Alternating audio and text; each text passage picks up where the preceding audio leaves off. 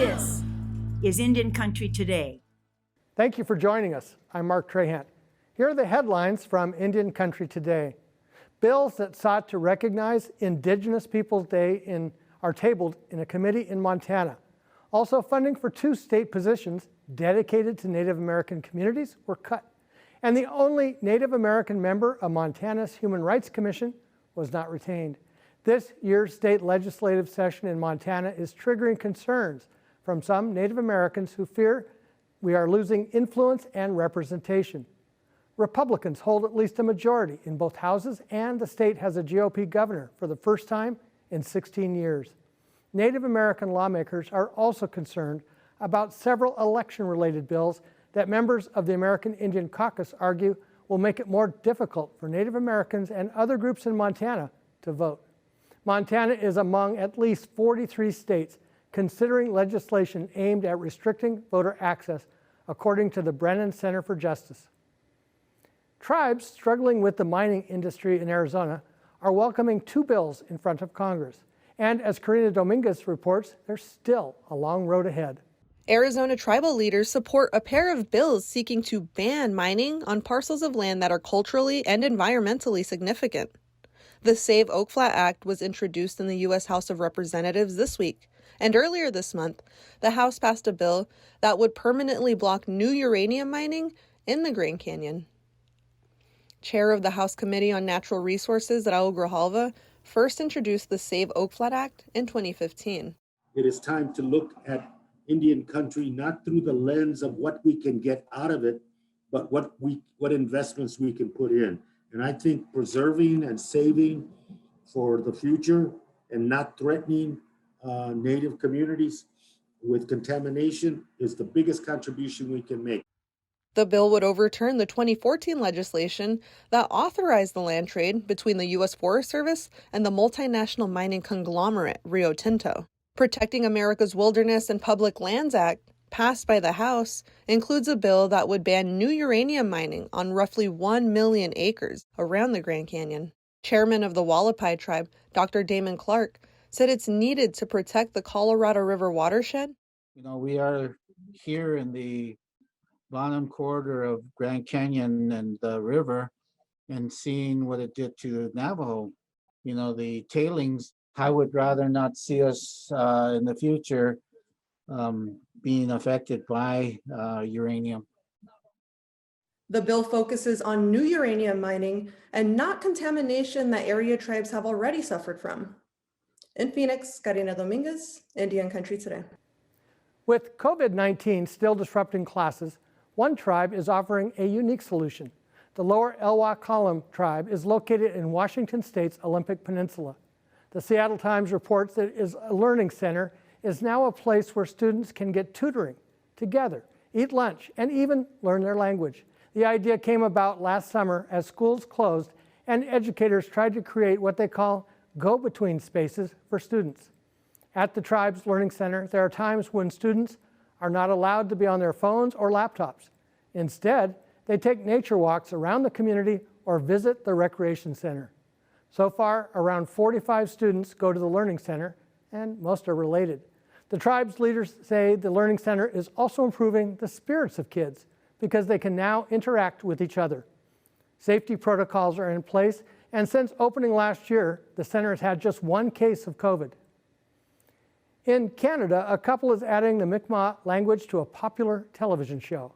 Tom and Carol Ann Johnson, who live in Cape Breton Island, Nova Scotia, first gained attention when they provided the translation to the British claymation movie Chicken Run. And now they're bringing those language skills to season 6 of the History Channel's show Viking. Both are providing Mi'kmaq dialogue for the show as well as helping the actors with pronunciation. The show features the Vikings encountering the Beothuk in what today is called Newfoundland. Though Beothuk is now an extinct language, the Mi'kmaq have maintained they are related to the ancient people. The second half of the season 6 is now airing in Canada. And those are the headlines from Indian Country Today. I'm Mark Trahant. When we come back, what $31 billion means to tribes, the power of music, and a famous student. This is Indian Country Today. It's a great day to be Indigenous. In fact, here we are on our brand new set of Indian Country Today. We'll show you more next week, but we're here for a sneak preview. Today, we'll also tell you a few other reasons why it's great to be Indigenous. What does the American Rescue Plan mean for Native Americans? We'll meet America's Poet Laureate and one of her famous students. A student journalist profiles a Kiowa elder. First, I asked 3 Native leaders their thoughts on the $31 billion tribal investment included in President Biden's stimulus plan. Carla Fredericks is executive director of the Christensen Fund. From the Mandan Hidatsa Arikara Nation, she is an attorney and she knows tribal governance issues. What does the new funding mean for individuals? Some of that will be individual resources, but I think, there's a broader point here about the individual impacts of this money. So it's not as though the tribes are just going to get $31 billion and split it up somehow amongst themselves and have that trickle down to the tribal membership, but that there's a lot of really thoughtful pieces in this legislation about thinking about the day-to-day impacts on Native people. The significant amount of health resources is awesome. Money directly to IHS, including, not only COVID money, but money to deal with mental health issues, telehealth, urban Indian health, just issues that have not been well funded for some time. And monies for Native Hawaiians and people who, sometimes get left out of these larger legislative processes. There's also, as many people who live on reservations know, that the tribes are sort of standing in the shoes of the federal government or the state governments with respect to providing benefits to the tribal membership. So TANF, which is government support for families that's administered by tribes, there's a big patch in this legislation to provide resources there, as well as for child welfare and other programs that just really have a significant impact on the day-to-day lives of Native Americans. This is the starting point, and that it is something to be celebrated and something that we really haven't seen before. But if I know our community well, I know that we will look and see what the advantages are and then be pushing for what else we need and want. So I just really have to hats off to the folks that really have been advocating for a long time to get these reforms passed, from people within the government and the Senate Indian Affairs Committee to folks at NFOA and NCAI and the tribal leaders themselves. I mean, this is just an incredible effort, and to see the fruits of that effort so quickly is awesome. Thanks, Carla Fredericks. From the Christensen Fund, Wayne Ducheneau directs the Native Governance Center. He joins us from the Cheyenne River Reservation in South Dakota. With a lot of our tribal nations doing everything they can to slow down access and entrance and egress to reservations, there's been a lot more local spending, right? And so when you dump probably isn't the proper word, when you infuse an economy with this extra amount of resources, it's going to help have a trickle effect. I don't want to use trickle either, because then it gets to trickle down economics, but it'll have an amplifying effect that can really help move, I think, never before seen growth in tribal economies. You have, I know through our works, our organization's investment portfolio, and learning more about, consumer confidence and consumer spending and how it's been a huge dip. I think you're right. I think with these increased opportunities for spending power for Indian country, hopefully it'll generate and be put through the tribal economies so it can have maximum benefit. We had 19 conversations with the 23 tribes in our region about issues of governance they're facing. And so we did this interview model where we asked similar questions, but conversations obviously went where they went. And there's a lot of good going on in any country. That's when we made sure to focus one of the questions on, hey, what's going great with your tribal nation, right? Instead of always just focusing on what issues there are. And so the amount of good we learned that's going on was pretty cool. And then where to be helpful to the tribes, you'd be surprised when posited the question, do tribes need more financial resources, or what can help, right? Very few of the tribes said they need financial resources. A lot of them said they need technical assistance on the ground, helping them work through issues, right? So, and that's, I think, a model proved positive by the nation building work in our region, where, we've had a bunch of GANs, governance analysis for Native nations. We've had a bunch of executive education sessions with tribal leaders. what they keep coming back now and telling us is, hey, it's good to have this education, but we need to make it, weaponize it and be able to use it. Wayne Duchesneau, Native Governance Center. Finally, Nick Tilson from the Indian Collective weighs in on this investment. He joins us from the Oglala Lakota Nation. I think the number one thing that we have to do is we have to think about short-term and long-term goals in any kind of situation like this. And we have to think about making sure that in the short-term goals, we're making decisions about asset generation, and I think that's one of the main things. A lot of times we just we look at the shiniest, easiest thing to do, and I think that a lot of tribes, including ours down here at Pine Ridge, started thinking about that.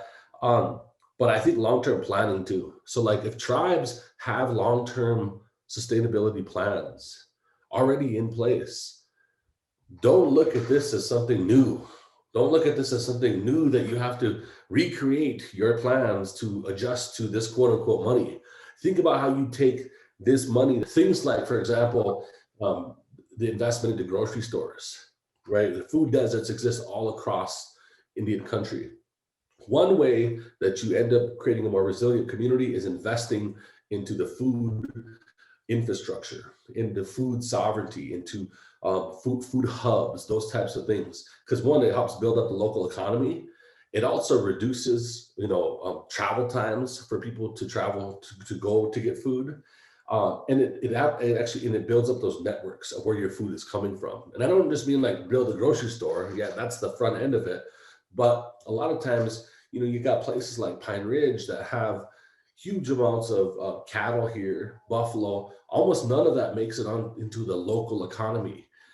So you have to build the food supply chain so that it impacts your local, your local community. Those are examples of where you can have an economic impact. Nick Tilson, Indian Collective. When we come back, the power of music and poetry.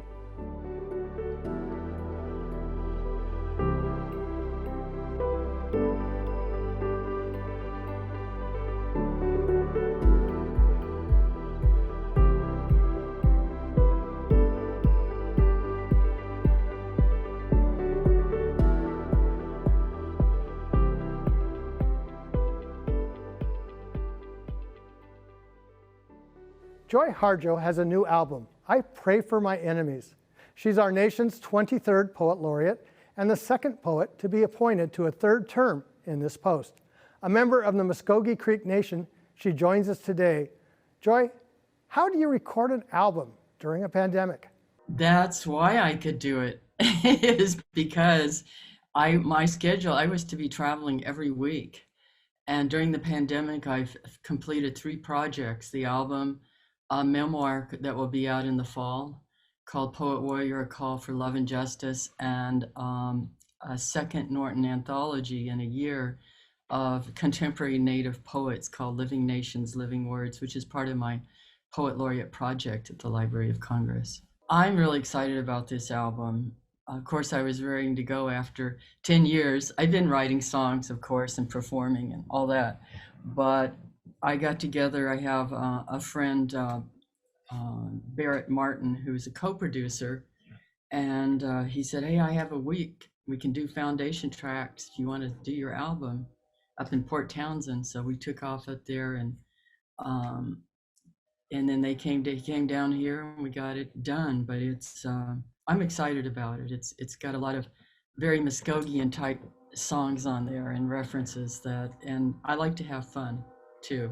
I always put in tracks or track or two in which, I try to have fun with everything I do, even the challenges. Do you have a favorite piece we should be listening to?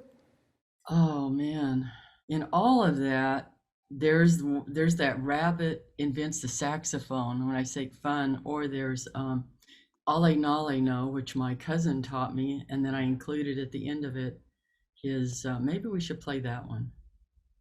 He taught me that song. I said, I go out to all these places and I want to sing a song. I want a song that I can sing to people.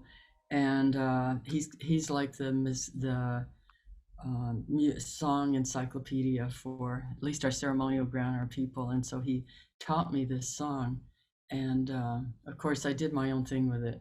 But it's a good one to start this off with because it's to say, you know, here we are and it's a good day and welcome and let's dance. We're here to celebrate life. It's so short. We're put here to love and take care of each other. So, ho bunny, let's dance.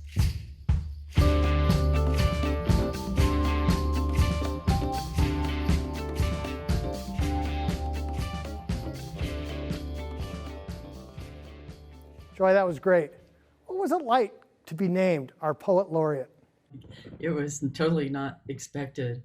But what was so amazing is that it did help open a door for awareness of that, yes, there are indigenous people in this country and we're many tribal nations and some of us are poets. I mean, the anthology in the project will shows a map of this hemisphere with no political markers and with poets, you know, that we're here.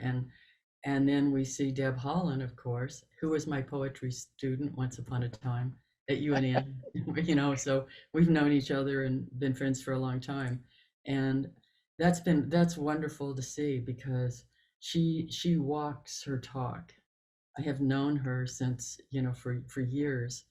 And it is always, you know, she's in a post that will, you know, she has a consciousness and a work ethic. And so that's exciting to see. That's a door flung wide open for especially for young people in Indian country, but also for people, the public at large, who so many of them still think of us in stereotypes or think of us even as dead.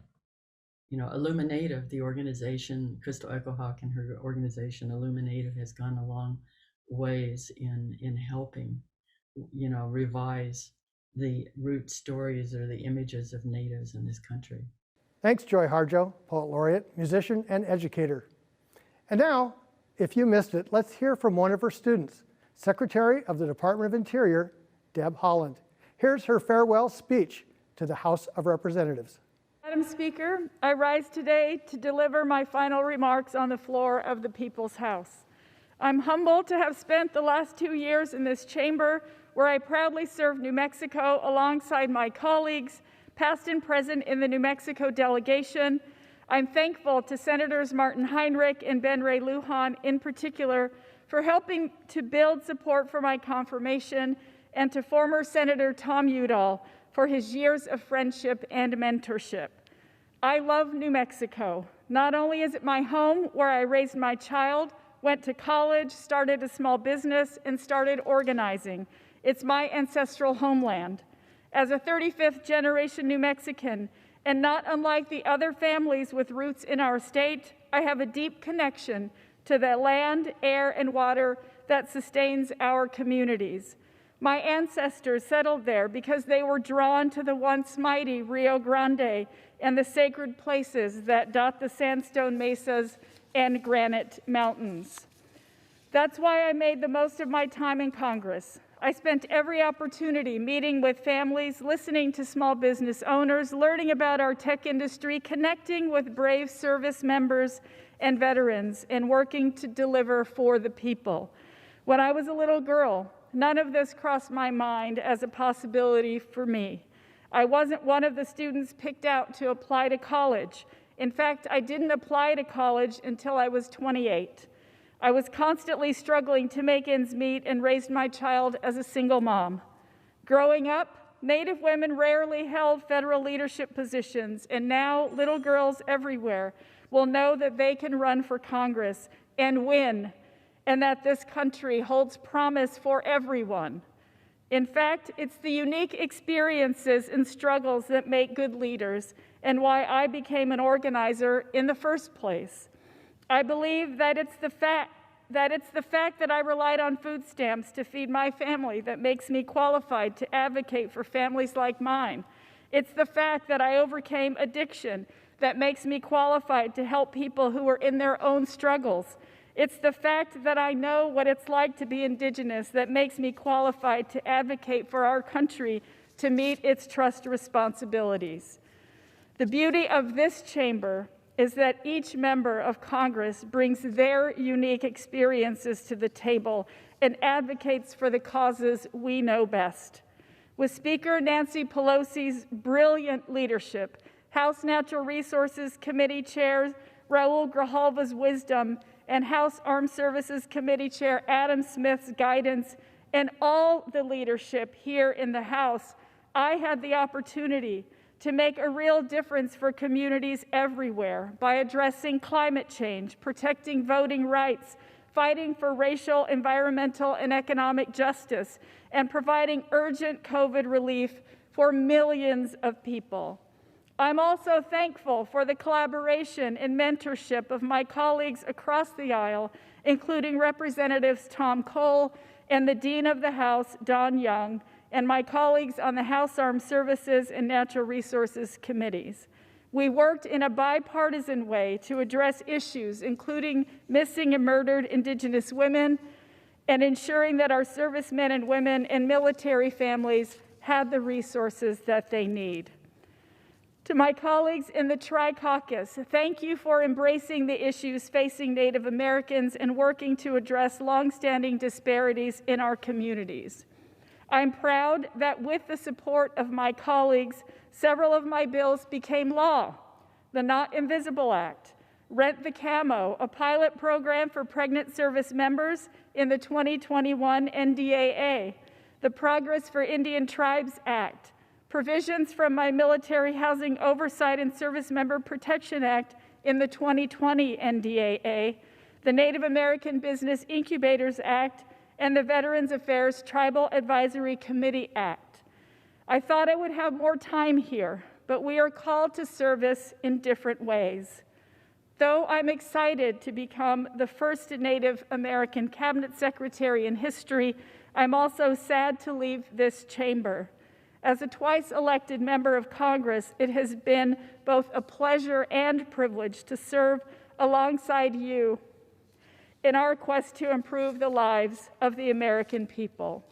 I want each of you to know that I'm grateful for the knowledge you shared with me, the friendship, and the work we accomplished together, and I will miss all of you dearly. I wouldn't be here today without my extraordinary staff in Albuquerque and here at the Capitol, the Natural Resources Committee staff and the House Armed Services Committee staff. They all put in very long hours on behalf of our state and our country. My legislative accomplishments are also their accomplishments. Additionally, thanks to all of the staff who work right here on the floor, whose dedication and experience keep our Congress running. I'm so grateful to all of you. And to New Mexico, thank you. Thank you to the activists, the supporters, the families and communities that make our state an incredible place to call home. Madam Chair, I yield back the balance of my time. It is a good day to be Indigenous. We'll leave you with a video project from the Gaylord College of Journalism at Oklahoma University. Nancy Marie Spears is a Cherokee Junior in the J Schools Reporting Project. She interviews Kiowa elder Dorothy Whitehorse about her role in the film News of the World.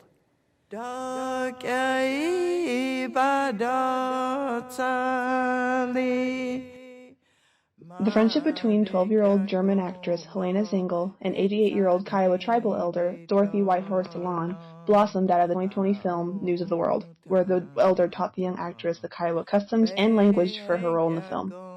The friendship grew between both of them, both on set and off. Whitehorse said that Zengel was a girl beyond her years, as the saying goes, a compliment that she says has exceptional importance in her tribe. And we call those in my tribe Kom-E. And that's a special title because it's someone that grew beyond their years and their knowledge, and I knew she was a special child.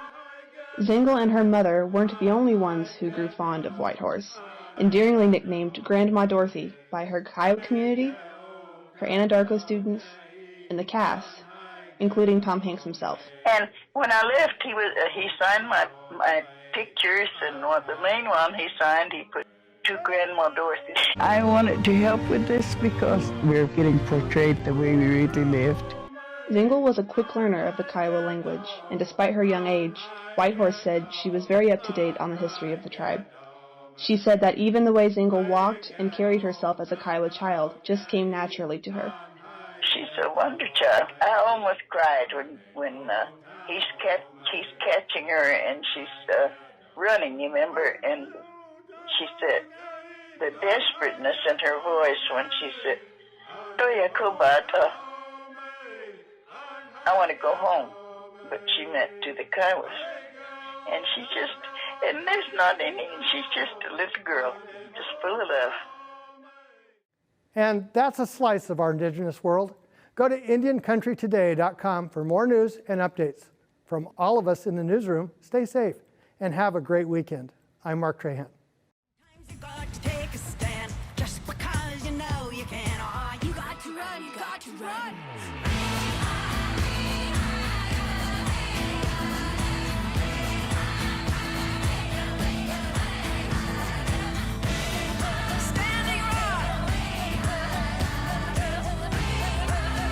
Indian Country Today is recorded at the Phoenix Indian School Visitor Center in Phoenix, Arizona. This is Indian Country Today.